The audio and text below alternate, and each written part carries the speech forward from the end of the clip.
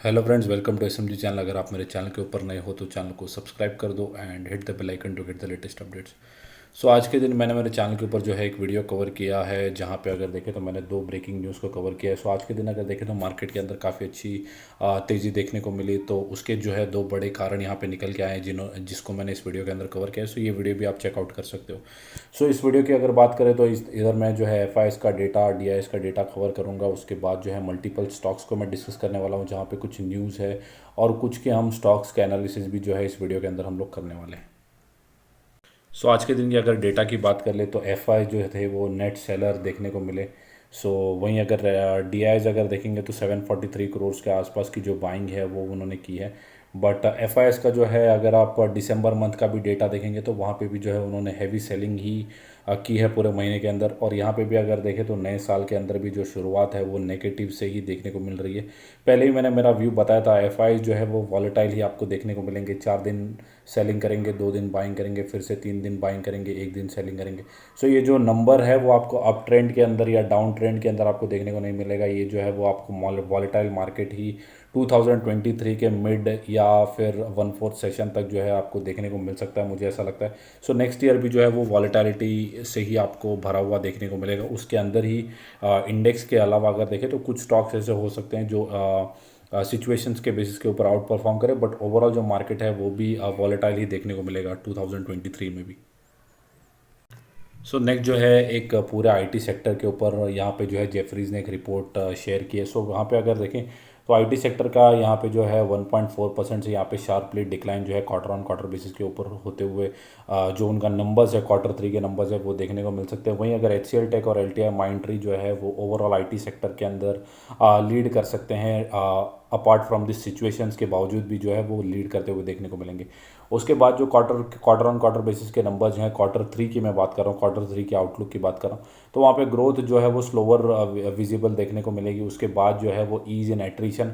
सो attrition के अंदर अगर पैसा बचेगा कंपनीज का तो मार्जिन प्रेशर जो अभी तक आईटी कंपनी झेल रही थी, सो वहाँ पे जो है वो मार्जिन इनका बचते हुए देखने को मिल सकता है अगर एट्रीशन रेट के अंदर गिरावट आती है। वहीं अगर बात करें तो aggregate margin to rise by 50 basis points quarter on quarter led by the pyramid utilisation and ease wage pressures. तो वापस से जो है वो एट्रीशन रेट की बात हो रही है। Except Coforge and HCL tech अगर देखें तो हाईएस्ट मार्जिन एक्सपांशन जो है यहाँ पे आते हुए देखने को मिल सकता है। उसके बाद अगर देखें तो focus will be on demand outlook, nature of deals, pricing and attrition trends. अगर यहाँ पे देखें तो हर कंपनी जो होती है आईटी कंपनी, वो क्लाइंट्स के साथ जो है कॉन्ट्रैक्ट साइन करती है। सो मल्टीपल डील्स साइन करती है और उसके अंदर उनके कुछ टर्म्स एंड कंडीशंस होते हैं, कुछ अमाउंट पे वो डील साइन होती है। सो वो हर कंपनी के लिए जो है वो डिफ़र करते हुए देखने को मिलता है।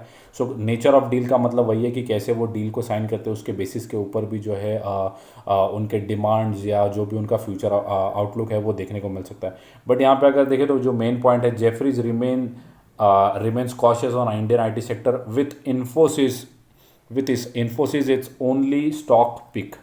ये जो है ये बड़ी लाइन है, यहाँ पे अगर हाईलाइट करके देखें तो सिर्फ इन्फोसिस के ऊपर ही जो है जेफरीज का दाव है। सो इसका मतलब ये नहीं हो गया कि दूसरे आईटी कंपनी जो है वो ख़राब होते हुए देखने को मिलेंगे। बट इनका जो बेट है फॉर Q3 या अपकमिंग क्वार्टर्स के अंदर अगर देखें तो इन्फोसिस के ऊपर जो है जेफरीज का बैट है।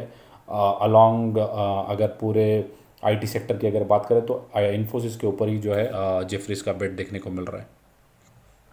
सो आज के दिन अगर स्टॉक देखें तो 1% के आसपास की तेज़ी देखने को मिल रही थी। अगर एक महीने का मैं चार्ट बताऊं तो स्टॉक के अंदर जो है वो अच्छी खासी गिरावट देखने को मिल रही है, लगभग 7% के आसपास। अगर देखें तो स्टॉक जो है वो 1650 के आसपास देखने को मिल रहा था। सो 100 पॉइंट्स के आसपास की जो गिरावट है वो यहाँ पे देखने को मिल रही है। एक साल में अगर बताऊँ तो चार्ट के अंदर जो है 19% 20% के आसपास का करेक्शन देखने को मिल रहा है। सो ऑलरेडी जो स्टॉक है वो आपको डिस्काउंट रेट पे ही अवेलेबल है। और सभी आईटी स्टॉक्स अगर देखें तो अभी के लिए 19-20% जो है वो डाउन ही देखने को मिल रहे हैं। सो आपको ये चीज़ भी देखनी है कि यहाँ पे अगर ओवरऑल मार्केट में इतनी बड़ी मार्केट कैप होने के बावजूद भी 20% जो है वो अपने ऑल टाइम हाई से करेक्टेड है।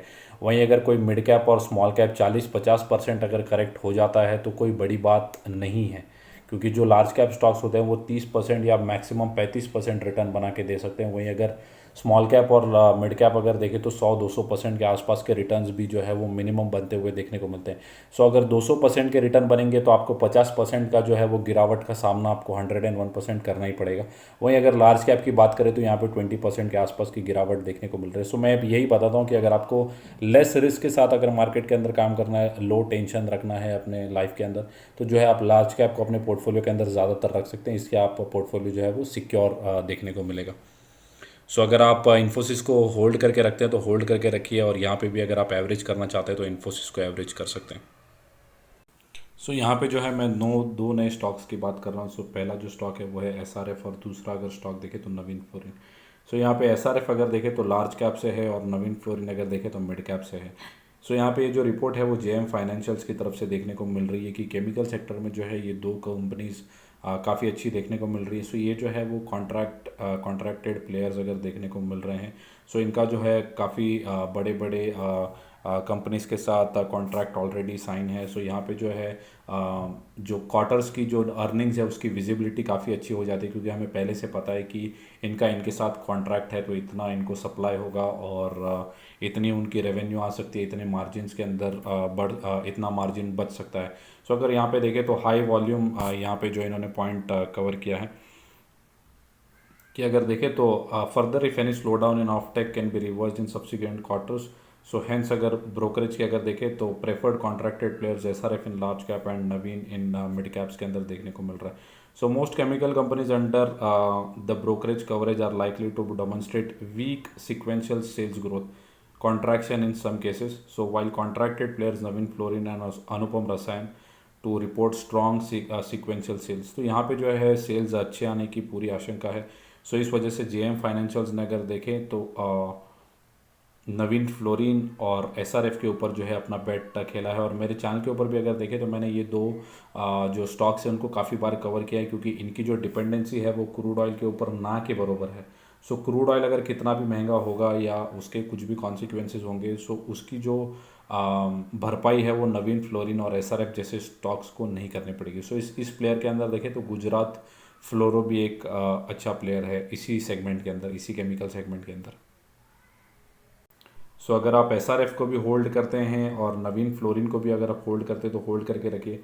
यहाँ पे भी अगर देखें तो एसआरएफ के अंदर भी थोड़ी बहुत गिरावट है, नवीन फ्लोरिन के अंदर भी गिरावट है। सो वहाँ पे भी जो है आप बाइंग अगर करना चाहते हैं तो कर सकते हैं, और अगर आपको नहीं भी करना है बट अगर आपके पास एग्जिस्टिंग स्टॉक्स हैं तो उनको 101% होल्ड करके रखिए। काफ़ी अच्छे बेनिफिट जो है वो longer period of the time आपको मिल सकते हैं। नेक्स्ट जो कंपनी है वो है आवास फाइनेंसर। सो यहाँ पे भी अगर देखें तो पिछले कुछ टाइम से काफ़ी ज़्यादा गिरावट देखने को मिल रही है। एक साल की अगर मैं बात करूँ तो लगभग 35%, 40%, 42% यहाँ पे आंकड़ा बढ़ते हुए देखने को मिल रहा है। सो मैंने पहले भी कहा कि अगर इन्फोसिस जैसी कंपनी अगर 20% डाउन है तो ये, अगर इसकी मार्केट कैप अगर हम देखें तो 14,000 करोड़ के आसपास की मार्केट कैप है। स्मॉल कैप या मिड कैप अगर आप कंसिडर करें वही रेंज के अंदर है। सो यहाँ पे 40-50% के आसपास की जो गिरावट है वो लाजमी देखने को मिलती है। बट मेरा जो वीडियो बनाने का कंसर्न यही है कि ये जो कंपनी काफ़ी अच्छी है। मैंने एक अभी हाल ही में सौरभ मुखर्जी जो कि मार्सेलस के ओनर या जो फंड को मैनेज करते हैं, तो उनका जो बेट है वो आवास फाइनेंसर जैसे स्टॉक्स के ऊपर है जो कि एक लेंडर कंपनी है। तो 2023 मैंने रिपोर्ट्स भी बहुत सारी पढ़ी है। सो वहाँ पे अगर देखें तो जो लेंडर्स बेस्ड कंपनी है तो उनका ये साल होते हुए आपको देखने को मिल सकता है। सो आवास फाइनेंसर भी उसका बेनिफिट अगर ट्रेंड चलता है लेंडर स्पेस का, सो आवास फाइनेंसर्स को काफ़ी अच्छा बेनिफिट होगा। कंपनी के अगर फंडामेंटल्स की बात करें तो फंडामेंटल्स काफ़ी स्ट्रांग है। Q2 के नंबर्स भी अगर देखें तो ठीक ठाक ही नंबर्स देखने को मिले, और ओवरऑल भी जो नंबर्स थे वो ठीक ही देखने को मिले। बट अभी के लिए देखें तो पूरा मार्केट के अंदर प्रेशर है। सो आवास फाइनेंसर, तो यहाँ पे भी मैं कहूँगा कि आपको 42% जो है स्टॉक डाउन देखने को मिल रहा है।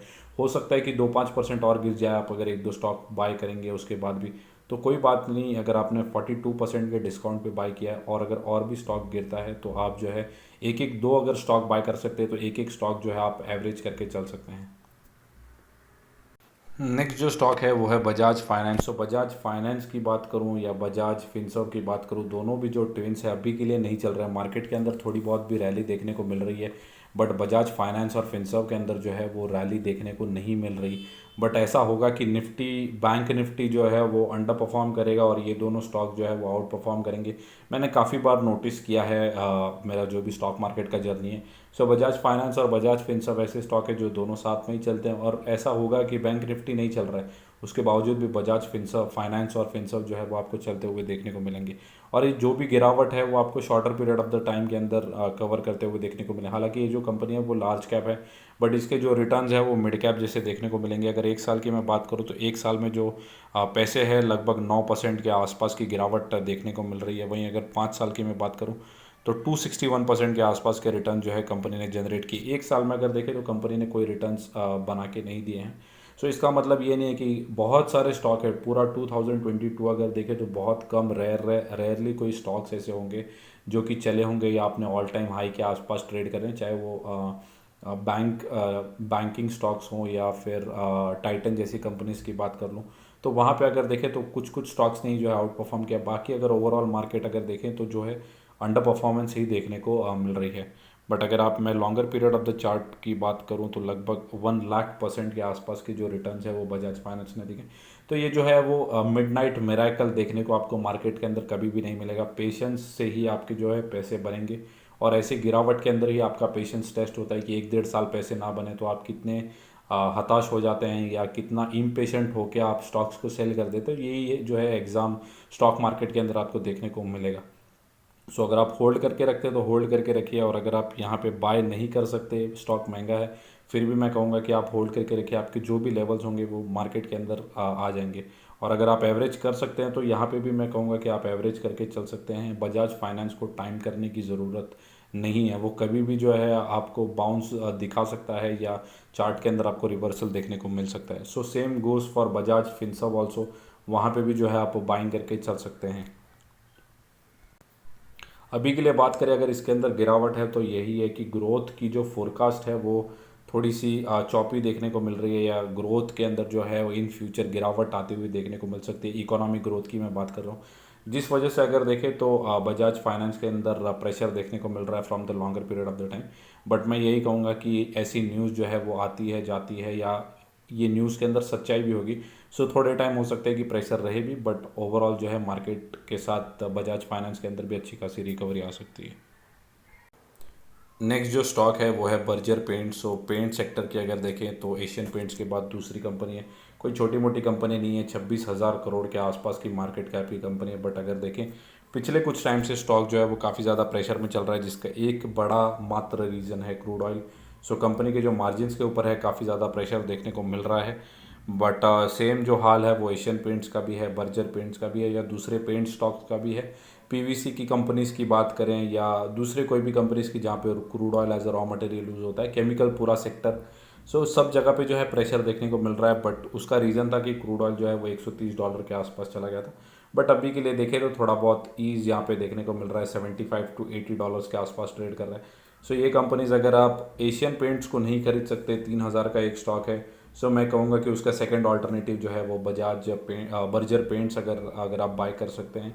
तो यहाँ पे भी मैं कहूँगा कि आप एवरेज करके ही चल सकते हैं। ऑलमोस्ट अगर देखें तो एक साल के अंदर 25% के नेगेटिव रिटर्न्स स्टॉक ने जनरेट किया। सो यही जो लेवल्स है, यही आपके बाइंग लेवल्स है, यही आपका पेशेंस टेस्ट करेंगे, या आपका करेक्ट एग्जाम अगर देखें तो यही है कि आप कौन से लेवल के ऊपर कौन से स्टॉक्स को बाय करके होल्ड करके रखते हैं।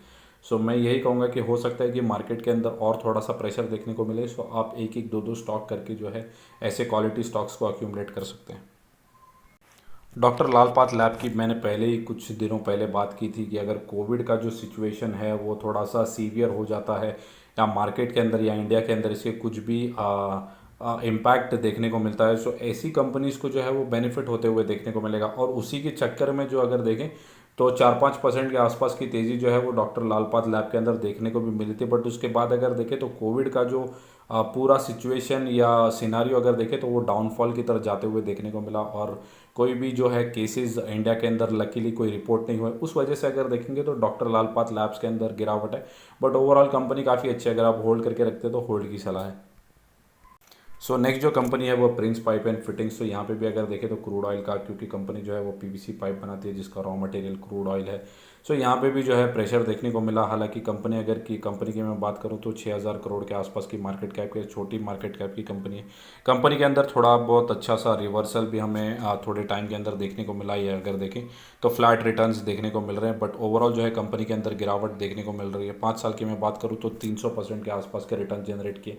मैं 6 महीने बाद फिर से ये स्टॉक्स को वापस से कवर करूंगा अगर कोई न्यूज़ इस दरमियान नहीं होती तो, और मैं फिर से आपको बताऊंगा कि ये स्टॉक्स जो है वो कैसे परफॉर्म करेंगे 594 के लेवल से कहाँ ये स्टॉक्स जाते हैं। सो आपको जैसे मैं लार्ज कैप स्टॉक्स बताते रहता हूँ, मिड कैप, वैसे ये स्मॉल कैप स्टॉक्स भी है। अगर आपको एस्ट्रल नहीं खरीदना तो आप प्रिंस पाइप खरीद सकते हैं, और अगर आपको माइक्रो कैप में जाना है तो प्रकाश पाइप्स करके भी एक कंपनी है, वहाँ पे भी जो है आप बाइंग करके चल सकते हैं। सो ओवरऑल अगर मैं बात करूँ कंपनी के फंडामेंटल्स से, तो कंपनी के फंडामेंटल्स काफ़ी अच्छे हैं। बट अभी लास्ट क्वार्टर की बात करूँ तो लास्ट क्वार्टर्स के अंदर जो इनके मार्जिन है वहाँ पे काफ़ी ज़्यादा प्रेशर देखने को मिला due to raw material prices. तो और सेल्स के अंदर भी गिरावट देखने को मिली, बट कंपनी काफ़ी अच्छी है। बट ये जो भी ग्लोबल सिचुएशन है उस वजह से कंपनी को काफ़ी ज़्यादा अफेक्ट हुआ है। सो मैं यही कहूँगा कि यहाँ पे भी जो है आप कंपनी का प्राइस जो है वो छोटा सा ही देखने को मिल रहा है। अगर आप एस्ट्रल नहीं बाय कर सकते तो प्रिंस पाइप जो है वो स्मॉल क्वांटिटीज़ में बाय करिए, क्योंकि मार्केट कैप जो है वो 7,000 करोड़ के आसपास की है। नेक्स्ट जो स्टॉक है वो है बालाजी अमाइंस। आज के दिन अगर देखें तो 3,000 का जो सपोर्ट टूटते हुए देखने को मिला, उसके बाद अगर देखें तो स्टॉक के अंदर डाउनफॉल देखने को मिला। स्टॉक ने जो है वो 3800 के आसपास टच कर चुका था, उसके बाद वापस से गिरते गिरते 3,000 के आसपास आया, और वहाँ से भी अगर गिरावट देखें तो गिरावट जारी देखने को मिल रही है। हालांकि कंपनी के अंदर कोई भी नेगेटिव न्यूज़ देखने को नहीं मिल रही, उसके बावजूद भी यह स्टॉक काफ़ी ज़्यादा प्रेशर में देखने को मिल रहा है। अगर मैं 1 महीने का चार्ट बताऊँ या 6 महीने का बात बताऊँ तो यहाँ पे अगर देखें तो स्टॉक जो था वो लगभग 3600-3800 के पास था, वहाँ से अगर देखें तो 28% के आसपास की गिरावट हो चुकी है। स्टॉक जो है वो मेरे भी पोर्टफोलियो के अंदर है, और मैं इसको पेशेंटली जो है वो होल्ड ही करने वाला हूँ। 3,000 के लेवल से जो है मेरा भी एवरेज प्राइस है। सो मैं इस स्टॉक को भी अच्छे क्वांटिटीज़ के अंदर होल्ड करता हूँ, और मैं इसको अभी भी होल्ड ही करके रखूँगा। अभी के लिए मैं आपको जो है डिलीवरी का चार्ट बताऊँगा कि यहाँ पे अगर आप सेलिंग देख रहे हैं तो डिलीवरीज में कोई इसको बाय कर रहा है, घर पे लेके जा रहा है कि नहीं जा रहा है, वो भी मैं इस वीडियो के अंदर बताऊँगा। सो ये जो डिलीवरी रिपोर्ट है आप यहाँ पे देख सकते हो, सिंबल जो है वो बालाजी अमाइंस का। अगर आज की मैं बात करूँ तो आज का तो डेटा नहीं है, बट सॉरी कल का अगर मैं बात करूँ, सो 1 दिसंबर से अगर मैं बात करूँ, सो 1 दिसंबर से, तो 1 महीने का जो है मैं डेटा आपके साथ शेयर कर रहा हूँ। सो अगर लास्ट महीने से अगर देखें, मैंने पिछले 1 महीने का चार्ट बताया जहाँ पे ये स्टॉक जो था वो अराउंड 3,000 के आसपास ट्रेड कर रहा था। सो वहाँ पे भी अगर देखें तो 51%, 53%, 54%, 61% के आसपास की जो डिलीवरी है वो क्लोजिंग प्राइस के ऊपर यहाँ पे देखने को आपको मिल जाएगी। सो लगभग 2800 के आसपास भी जो है 50 और 60% के आसपास की हाईएस्ट डिलीवरी। तो ये डिलीवरी 50-60% कोई कम अमाउंट देखने को नहीं मिल रहा है। सो लोगों ने जो है 2800 के लेवल पे भी, 3,000 के लेवल पे भी यहाँ पे अगर देखें तो 60% के आसपास की डिलीवरी जो है वो 2843 के आसपास देखने को मिल रही है। 63% के आसपास की डिलीवरी। हर गिरावट के अंदर अगर आप देखें तो डिलीवरी का जो परसेंटेज है वो हाई होते हुए देखने को मिल रहा है। सो ये मैं 15 दिन पहले की बात कर रहा हूँ, कोई बड़ा डेटा नहीं है। उसके बाद भी अगर देखें तो 37%, 48%, 48%, 50%, 51%। सो लगभग जो अगर ऑन एन एवरेज की मैं बात करूँ तो 50% के आसपास का जो डिलीवरी डेटा है वो पिछले 1 महीने के अंदर देखने को मिल रहा है। सो ये काफ़ी ज़्यादा पॉजिटिव साइन है। अगर लोग यहाँ पे स्टॉक के अंदर गिरावट आ रही है तो लोग जो है वो अक्यूमुलेशन कर रहे हैं, चाहे वो म्यूचुअल फंड्स हो, रिटेल इन्वेस्टर्स हो, HNIs हो, सो कोई भी हो, बट यहाँ पे जो है स्टॉक के अंदर अक्यूमुलेशन हो रहा है।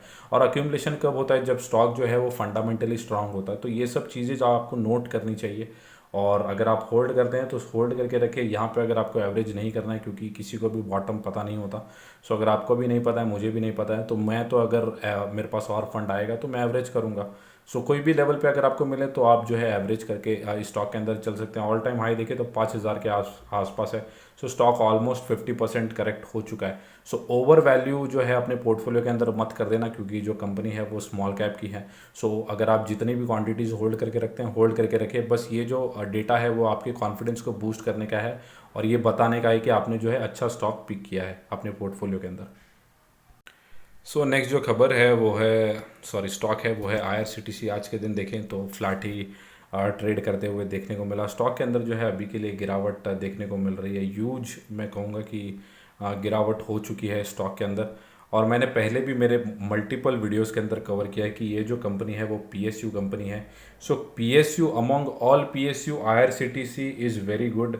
सो अगर आप IRCTC को होल्ड करते हैं तो अच्छी बात है, बट ओवर वैल्यू जो है आप अगर कोई भी स्टॉक को करोगे तो आपको काफ़ी ज़्यादा नुकसान होते हुए देखने को मिल सकता है। सो इसके अंदर आप IRCTC की बात करो चाहे वो आप TCS की बात कर लो, सो अगर आप कोई भी स्टॉक को ओवर वैल्यू करोगे तो वो प्रॉब्लमेटिक है। बट यहाँ पे ये जो प्रॉब्लम है ओवर वैल्यू के साथ साथ प्रॉब्लम ये भी है कि PSU, सो सरकार की जो है तलवार हर हमेशा PSU स्टॉक्स के ऊपर लटकती रहती है।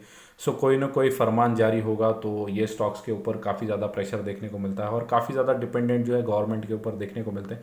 सो इस वजह से मेरा जो एक्सपोजर है वो IRCTC के अंदर है, बट बहुत ही लिमिटेड एक्सपोजर जो है मैंने रखा है। स्मॉल कैप या मिड कैप स्टॉक जैसा ही मैंने इसको जो है एक्सपोजर दे के रखा है। ओवरऑल अगर कंपनी की बात करें तो मैं भी होल्ड करता हूँ और मुझे भी, मैं तो हालांकि प्रॉफिट में हूँ क्योंकि काफ़ी ज़्यादा लोअर लेवल्स पे बाई किया, बट अगर देखें तो प्रॉफिट के अंदर मुझे लॉस देखने को मिल रहा है। बट मैं इन फ्यूचर भी जो है होल्ड करके रखूँगा, बट मैं ज़्यादा से ज़्यादा इसको एवरेज करने की कोशिश नहीं करूँगा। अगर आप भी होल्ड करते हैं तो होल्ड करके रखिए, बहुत लिमिटेड क्वांटिटीज़ के अंदर ही एवरेज करके अपने पोर्टफोलियो का हिस्सा जो है वो IRCTC को बनाइए। नेक्स्ट जो कंपनी है वो है मुथूट फाइनेंस।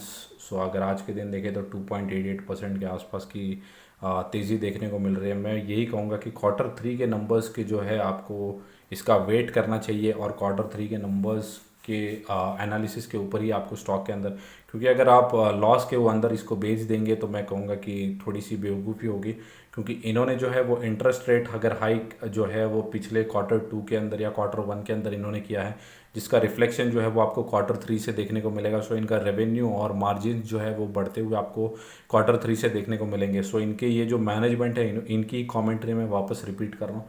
सो अगर आप मुथूट फाइनेंस को होल्ड करके रखते हैं तो होल्ड करके रखिए। अगर मैं कंपनी की बात करूँ तो 43,000 करोड़ के आसपास की मार्केट कैप की कंपनी डिविडेंड भी ठीक ठाक देती है, मेरे भी पोर्टफोलियो का हिस्सा है।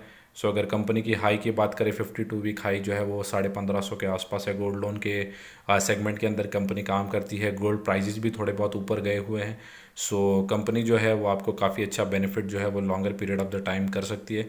ओवरऑल देखें तो 29% की जो है गिरावट देखने को मिल रही है। कंपनी के अंदर अभी भी स्प्लिट या बोनस ऐसा कुछ शायद डिक्लेयर नहीं किया इन्होंने, तो इन फ्यूचर जो है ये भी पॉसिबिलिटी यहाँ पे देखने को मिल सकती है। सो ये थी मेरी ओवरऑल कमेंट्री। अगर आपको वीडियो अच्छा लगा होगा तो वीडियो को लाइक कर दो एंड चैनल को सब्सक्राइब। कोई भी डाउट होगा तो कमेंट सेक्शन में पोस्ट कर दो। Thank you guys.